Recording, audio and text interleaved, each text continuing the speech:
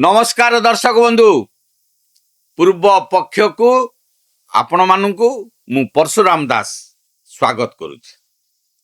दर्शक बंधु ओडिशा राजनीति रे आज गोटे एपरी चर्चा जोर धरी जहा साधारण नागरिक मानक ठारू आरंभ करी बड़ बड़ राजनैतिक समीक्षक मानू भाविबाकू बाध्य करिछि।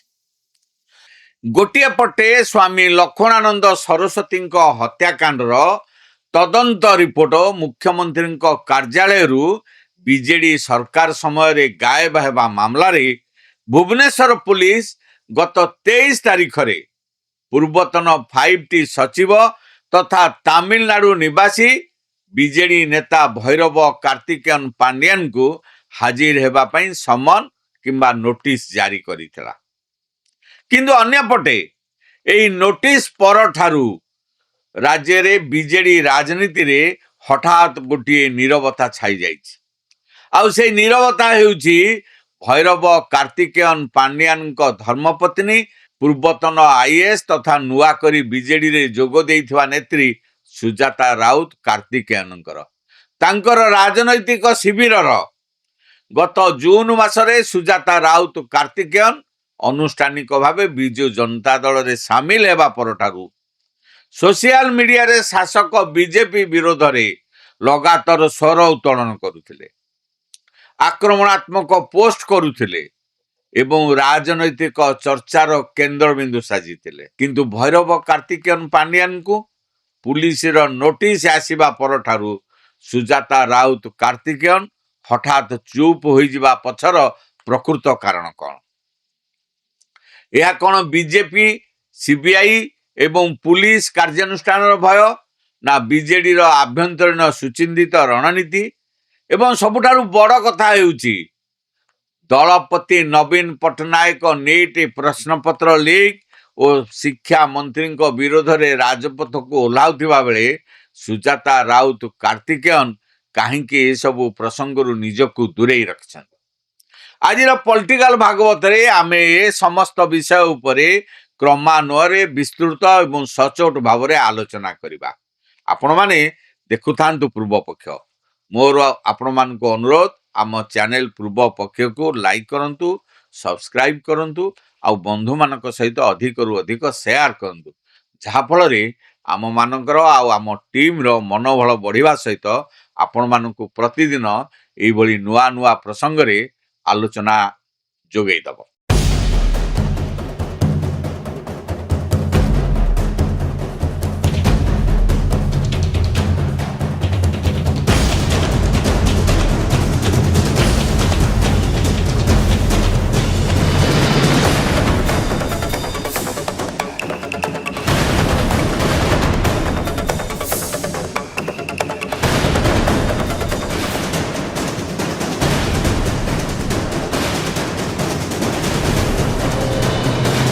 दर्शक बंधु आसंतु प्रथमे से ऐतिहासिक एवं आईनगत प्रसंग को बुझी नेबा जेउंथि पई पुलिस नोटिस पठाइछि भैरव कार्तिकेयन पांडियन को।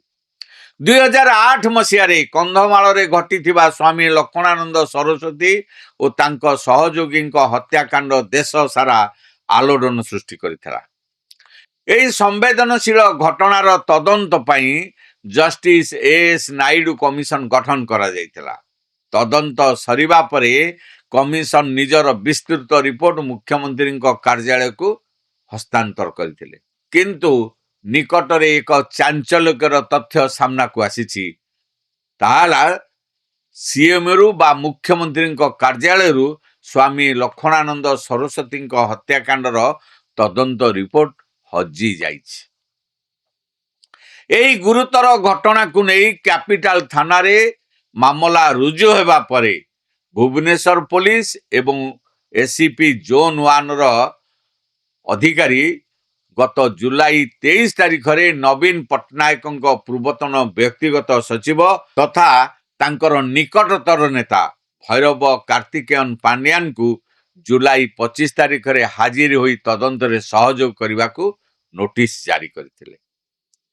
ଭୈରବ କାର୍ତ୍ତିକେୟନ ପାଣ୍ଡିଆନ ଯିଏକି ଦୀର୍ଘ ବର୍ଷ ଧରି ସିଏମର ସବୁଠାରୁ ଶକ୍ତିଶାଳୀ ଅଧିକାରୀ ଥିଲେ, ତାଙ୍କ ନିକଟକୁ ଏହି ନୋଟିସ ଯିବା ମାତ୍ରେ ରାଜ୍ୟ ରାଜନୀତିରେ ଏକ ବଡ଼ ଝଡ଼ ସୃଷ୍ଟି ହୋଇଥିଲା। କାରଣ ଏହା କେବଳ ଏକ ଆଇନଗତ ନୋଟିସ ନଥିଲା, ବରଂ ଗତ 24 ବର୍ଷର ଶାସନ କାଳରେ ଘଟିଥିବା ଅନେକ ଅସମାହିତ ପ୍ରଶ୍ନର ଉତ୍ତର ଖୋଜିବାର ଏକ ପ୍ରକ୍ରିୟା ଥିଲା। ଏବେ ଆସନ୍ତୁ ବିଜେଡି ନେତ୍ରୀ ସୁଜାତା ରାଉତ କାର୍ତ୍ତିକେୟନଙ୍କ ରାଜନୈତିକ ଆଗମନ ଏବଂ ତାଙ୍କର ପ୍ରାରମ୍ଭିକ ଆକ୍ରମଣାତ୍ମକ ରୂପକୁ ଆଲୋଚନା କରିବା। 2024 ନିର୍ବାଚନରେ ବିଜୁ ଜନତା ଦଳର ଲଜ୍ଜାଜନକ ପରାଜୟ ପରେ ଗତ ଜୁନ 25 ତାରିଖରେ ପୂର୍ବତନ ଆଇଏଏସ୍ ଅଧିକାରୀ ସୁଜାତା ରାଉତ କାର୍ତ୍ତିକେୟନ ଅନୁଷ୍ଠାନିକ ଭାବେ ଶଙ୍ଖ ଭବନରେ ନବୀନ ପଟ୍ଟନାୟକଙ୍କ ଉପସ୍ଥିତିରେ ବିଜୁ ଜନତା ଦଳରେ ଯୋଗ ଦେଇଥିଲେ। ନବୀନ ପଟ୍ଟନାୟକ ନିଜେ ତାଙ୍କୁ ଦଳକୁ ସ୍ୱାଗତ କରିଥିଲେ ଏବଂ ତାଙ୍କର ସାଂଗଠନିକ ଦକ୍ଷତା, ବିଶେଷ କରି ମିଶନ ଶକ୍ତି ମାଧ୍ୟମରେ ମହିଳାମାନଙ୍କୁ ସଂଗଠିତ କରିବାର ଅନୁଭବକୁ ପ୍ରଶଂସା କରିଥିଲେ। ଦଳରେ ଯୋଗ ଦେବା ମାତ୍ରେ ସୁଜାତା ରାଉତ କାର୍ତ୍ତିକେୟନ ଖୁବ୍ ସକ୍ରିୟ ହୋଇ ଉଠିଥିଲେ। ସେ ସୋସିଆଲ ମିଡିଆରେ ରାଜ୍ୟର ଶାସକ ବିଜେପି ସରକାରଙ୍କ ପ୍ରତ୍ୟେକ ନୀତିକୁ କଠୋର ସମାଲୋଚନା କରିବା ଆରମ୍ଭ କରିଥିଲେ। କେନ୍ଦ୍ର ଓ ରାଜ୍ୟ ସରକାରଙ୍କ ଦୁର୍ବଳତାକୁ ନେଇ ଆକ୍ରମଣାତ୍ମକ ପୋଷ୍ଟ କରୁଥିଲେ। ଏପରିକି ଗଣମାଧ୍ୟମ ଓ ସାମାଜିକ ଗଣମାଧ୍ୟମରେ ସେ ବିଜେଡିର ଏକ ନୂଆ ଏବଂ ପ୍ରଭାବଶାଳୀ ଚେହେରା ଭାବେ ଉଭା ହେଉଛନ୍ତି ବୋଲି ଚର୍ଚ୍ଚା ଚାଲିଲା। ତାଙ୍କର ଏହି ଆକ୍ରମଣାତ୍ମକ ରୂପ ବିଜୁ ଜନତା ଦଳର କର୍ମୀଙ୍କ ମଧ୍ୟରେ ଏକ ନୂଆ ଉତ୍ସାହ ସୃଷ୍ଟି କରିଥିଲା, କିନ୍ତୁ ଏହି ଉତ୍ସାହ ବେଶୀ ଦିନ ତିଷ୍ଠି ରହିପାରିଲା ନାହିଁ। ଏବେ ଏଥିରେ ଭଟ୍ଟା ପଡ଼ିଯାଇଛି। ଗତ ଜୁଲାଇ 23 ତାରିଖରେ ଯେତେବେଳେ ଭୁବନେଶ୍ୱର ପୁଲିସ ତାମିଲନାଡୁ ନିବାସୀ ଭୈରବ କାର୍ତ୍ତିକେୟନ ପାଣ୍ଡିଆନଙ୍କୁ ହାଜର ହେବା ପାଇଁ ନୋଟିସ କଲା, ସେତେବେଳଠାରୁ ତାଙ୍କ ଧର୍ମପତ୍ନୀ ସୁଜାତା ରାଉତ କାର୍ତ୍ତିକେୟନ ହଠାତ୍ ନୀରବ ହୋଇଯିବା ଆରମ୍ଭ କରିଛନ୍ତି। ଯେଉଁ ନେତ୍ରୀ ପ୍ରତିଦିନ ସୋସିଆଲ ମିଡିଆରେ ବିଜେପି ସରକାରକୁ ସମାଲୋଚନା କରୁଥିଲେ, ସେ ହଠାତ୍ ଚୁପ୍ ହୋଇଯିବା ପଛରେ ବର୍ତ୍ତମାନ ରାଜନୈତିକ ମହଲରେ ଦୁଇଟି ବଡ଼ ଦୃଷ୍ଟିକୋଣରୁ ଚର୍ଚ୍ଚା ଚାଲିଛି। ଅନେକ ରାଜନୈତିକ ସମୀକ୍ଷକମାନଙ୍କ ମତରେ ଯେହେତୁ ଭୈରବ କାର୍ତ୍ତିକେୟନ ପାଣ୍ଡିଆନଙ୍କ ବିରୋଧରେ ସ୍ୱାମୀ ଲକ୍ଷ୍ମଣାନନ୍ଦ ସରସ୍ୱତୀଙ୍କ ହତ୍ୟାକାଣ୍ଡ ତଦନ୍ତ ରିପୋର୍ଟ ଗାୟବ ଭଳି ଏକ ଅତ୍ୟନ୍ତ ଗୁରୁତର ମାମଲାରେ ପୁଲିସ ତଦନ୍ତ ଆରମ୍ଭ କରିଛି, ସେତେବେଳେ କୌଣସି ପ୍ରକାରର ରାଜନୈତିକ ଆକ୍ରମଣ କିମ୍ବା ବୟାନବାଜି ଆଇନଗତ ସ୍ଥିତିକୁ ଆହୁରି ଜଟିଳ କରିଦେଇପାରେ। ତେଣୁ ବିଜେପି ସରକାରଙ୍କ ଆଇନଗତ କାର୍ଯ୍ୟାନୁଷ୍ଠାନ ଏବଂ ସମ୍ଭାବ୍ୟ କଠୋର ପଦକ୍ଷେପର ଭୟରେ ସୁଜାତା ରାଉତ କାର୍ତ୍ତିକେୟନ ନିଜକୁ ନୀରବ ରଖିବାକୁ ଶ୍ରେୟସ୍କର ମଣିଛନ୍ତି। କାରଣ ଚିଟଫଣ୍ଡ ଠକେଇ ମାମଲା, ପୁଲିସ ଏସ୍ଆଇ ନିଯୁକ୍ତି ପରୀକ୍ଷା ଦୁର୍ନୀତି ମାମଲାରେ ସିବିଆଇ ତଦନ୍ତ ଏବେ ଥଣ୍ଡା ବସ୍ତାରେ ବନ୍ଧା ପଡ଼ିଛି। ଏପରି ସମୟରେ ଭୈରବ କାର୍ତ୍ତିକେୟନ ପାଣ୍ଡିଆନ ଅତି ଚାଲାକ ହୋଇ ବିଜୁ ଜନତା ଦଳ ସଭାପତି ନବୀନ ପଟ୍ଟନାୟକଙ୍କ ମାଧ୍ୟମରେ ବିଜେପି ଓ କେନ୍ଦ୍ର ସରକାରଙ୍କୁ ତୀବ୍ର ସମାଲୋଚନା କରିବା ଆରମ୍ଭ କରିଦେଇଛନ୍ତି।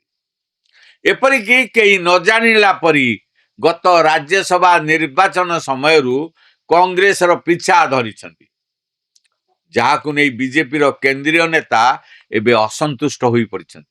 ଏହିଭଳି କଡ଼ା ସମାଲୋଚନା ମାଧ୍ୟମରେ ଭୈରବ କାର୍ତ୍ତିକେୟନ ପାଣ୍ଡିଆନ ନିଜ ଧର୍ମପତ୍ନୀ ସୁଜାତା ରାଉତ କାର୍ତ୍ତିକେୟନଙ୍କୁ ରାଜନୀତିରେ ଠିଆ କରାଇବା ପାଇଁ ବିଜେପି ସହିତ ମେଣ୍ଟ କରିବାକୁ ଚାପ ସୃଷ୍ଟି କରିବାକୁ ଚାହୁଁଛନ୍ତି। କିନ୍ତୁ ଭୈରବ କାର୍ତ୍ତିକେୟନ ପାଣ୍ଡିଆନଙ୍କର ଏଭଳି ରାଜନୀତି ବିଫଳ ହେବା ସହିତ ଏବେ ତଦନ୍ତର ସମ୍ମୁଖୀନ ହେବାକୁ ଯାଉଛି, ଯାହାକି ସୁଜାତା ରାଉତ କାର୍ତ୍ତିକେୟନଙ୍କ ଆଖିରୁ ଏବେ ନିଦ ହଜେଇ ଦେଇଛି। ଅନ୍ୟପକ୍ଷରେ କିଛି ଦଳୀୟ ଅନୁଗତଙ୍କ କହିବା କଥା ହେଉଛି, ଯେତେବେଳେ ନିଜର ସ୍ୱାମୀଙ୍କୁ ନେଇ ଆଇନଗତ ତଦନ୍ତ ଚାଲିଛି, ସେତେବେଳେ ଦଳୀୟ ସ୍ୱରକୁ ଆଗକୁ ଆଣିଲେ ଏହାକୁ ବ୍ୟକ୍ତିଗତ ପ୍ରତିଶୋଧ କିମ୍ବା ଦଳୀୟ ଅସୁରକ୍ଷାର ରୂପ ଦିଆଯାଇପାରେ। ତେଣୁ ଆଇନକୁ ତାର ନିଜ ବାଟରେ ଯିବାକୁ ଦେଇ ସାମୟିକ ଭାବେ ନୀରବ ରହିବା ଏକ ରାଜନୈତିକ କୌଶଳ ହୋଇଥାଇପାରେ। এই নীରବତା ସେତେବେଳେ ଆହୁରି ସନ୍ଦେହଜନକ ମନେ ହୁଏ ଯେତେବେଳେ ଆମେ ବିଜୁ ଜନତା ଦଳର ନିକଟତର କାର୍ଯ୍ୟକ୍ରମ ଗୁଡ଼ିକ ଉପରେ ନଜର ପକେଇବା। ଆପଣମାନେ ଦେଖନ୍ତୁ, ଗୋଟିଏ ପଟେ ଦଳର ସଭାପତି ତଥା ପୂର୍ବତନ ମୁଖ୍ୟମନ୍ତ୍ରୀ ନବୀନ ପଟ୍ଟନାୟକ ନିଜେ ସମ୍ପୂର୍ଣ୍ଣ ଆକ୍ରମଣାତ୍ମକ ମୁଦ୍ରାରେ ଅଛନ୍ତି। ନିଟ୍ ପ୍ରଶ୍ନପତ୍ର ଲିକ୍ ମାମଲାରେ ନବୀନ ପଟ୍ଟନାୟକ ପୂର୍ବତନ କେନ୍ଦ୍ରମନ୍ତ୍ରୀ ଧର୍ମେନ୍ଦ୍ର ପ୍ରଧାନଙ୍କ ଇସ୍ତଫା ଦୁଇ ଥର ଦାବି କରିସାରିଛନ୍ତି। ରାଜ୍ୟରେ କୋମଳମତି ଶିଶୁମାନଙ୍କୁ ଭୁଲ ପାଠ୍ୟପୁସ୍ତକ ଯୋଗାଇ ଦେବା ପ୍ରସଙ୍ଗକୁ ନେଇ ବିଜୁ ଜନତା ଦଳ ରାଜ୍ୟର ବିଦ୍ୟାଳୟ ଓ ଗଣଶିକ୍ଷା ମନ୍ତ୍ରୀଙ୍କ ବିରୋଧରେ ରାଜପଥରେ ବ୍ୟାପକ ବିକ୍ଷୋଭ ପ୍ରଦର୍ଶନ କରାଇଛି। ସ୍ୱାମୀ ସ୍ତ୍ରୀ ଏବେ ସମ୍ମୁଖକୁ ନ ଆସି ଗରିଲା ଯୁଦ୍ଧ ଆପଣେଇଛନ୍ତି। ସେମାନେ ସୋସିଆଲ ମିଡିଆରେ ନିଜର ଫ୍ୟାନ୍ କ୍ଲବ ଗଠନ କରି ବିଜେପି ସରକାର ଓ ନେତାଙ୍କୁ କଡ଼ା ସମାଲୋଚନା କରୁଛନ୍ତି। ଅର୍ଥାତ୍ ବିଜୁ ଜନତା ଦଳ ଏକ ପ୍ରମୁଖ ବିରୋଧୀ ଦଳ ଭାବରେ ରାଜ୍ୟର ଗୁରୁତ୍ୱପୂର୍ଣ୍ଣ ପ୍ରସଙ୍ଗ ଗୁଡ଼ିକୁ ନେଇ ସରକାରଙ୍କୁ ଘେରିବାକୁ ସମ୍ପୂର୍ଣ୍ଣ ବିଫଳ ଚେଷ୍ଟା କରୁଛି।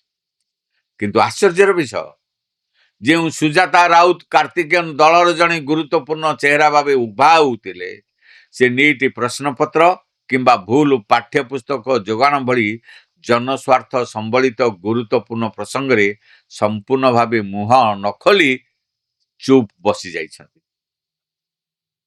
ଯେତେବେଳେ ଦଳର ସଭାପତି ରାଜପଥରେ ଲଢ଼େଇ କରୁଛନ୍ତି, ସେତେବେଳେ ସୁଜାତାଙ୍କ ଏହି ନୀରବତା କ'ଣ ଦଳୀୟ ନୀତି ସହ ମେଳ ଖାଉଛି, ନା ଏହା ତାଙ୍କର ବ୍ୟକ୍ତିଗତ ଓ ପାରିବାରିକ ଆଇନଗତ ସଂକଟର ପରିଣାମ?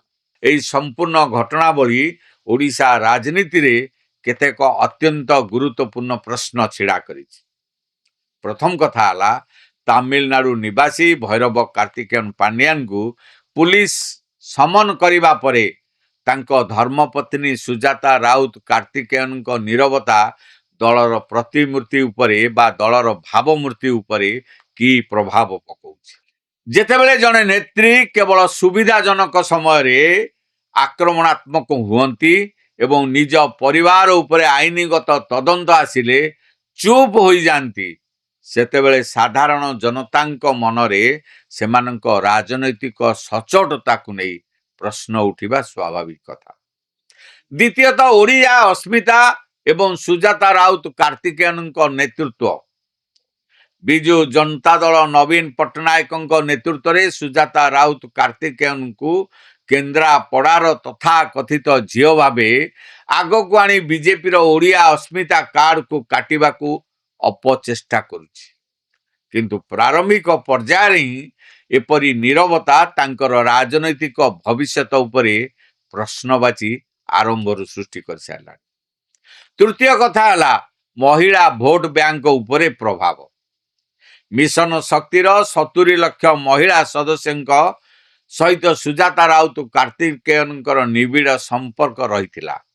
କିନ୍ତୁ ଗୁରୁତ୍ୱପୂର୍ଣ୍ଣ ରାଜନୈତିକ ଓ ସାମାଜିକ ପ୍ରସଙ୍ଗରେ ତାଙ୍କର ନୀରବତା ମହିଳା କର୍ମୀଙ୍କୁ ମଧ୍ୟ ଦିଗହରା କରିଦେଇଛି। ଦର୍ଶକ ବନ୍ଧୁ, ରାଜନୀତିରେ ନୀରବତା କେବଳ ଏକ ସ୍ଥିତି ନୁହେଁ, ଏହା ନିଜେ ଏକ ବଡ଼ ବାର୍ତ୍ତା।